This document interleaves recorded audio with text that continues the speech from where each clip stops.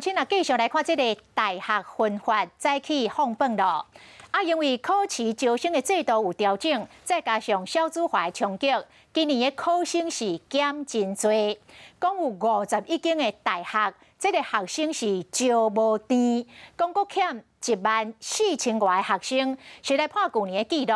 相对的，今年的总录取率嘛来创下新高，来到98.94%，讲是这10年来上悬的一届。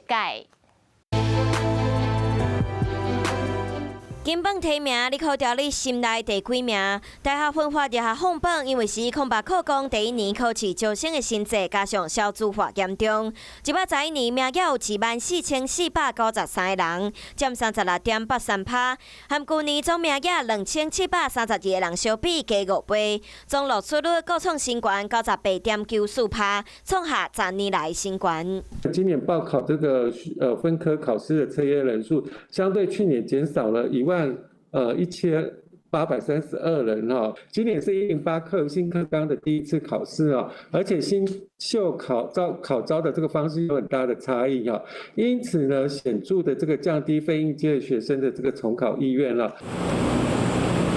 大学分发欠上侪学生的学校是文化大学有2378个名额，淡江大学嘛有欠2037个，招生无招满上侪学群，分别是外语、管理和文书特学群。今年可能在一些跟教育啦或者师培体系的这些系所，它在这个缺额，或者是学生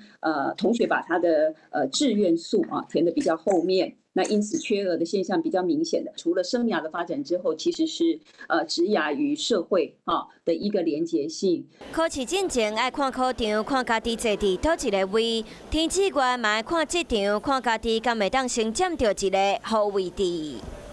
你好，我是宋彦明。想知道更多的新闻内容，请订阅华视新闻的 YouTube 频道，并且按赞、订阅、开启小铃铛。另外，可以上 LINE 贴图小铺来购买华视主播的官方贴图。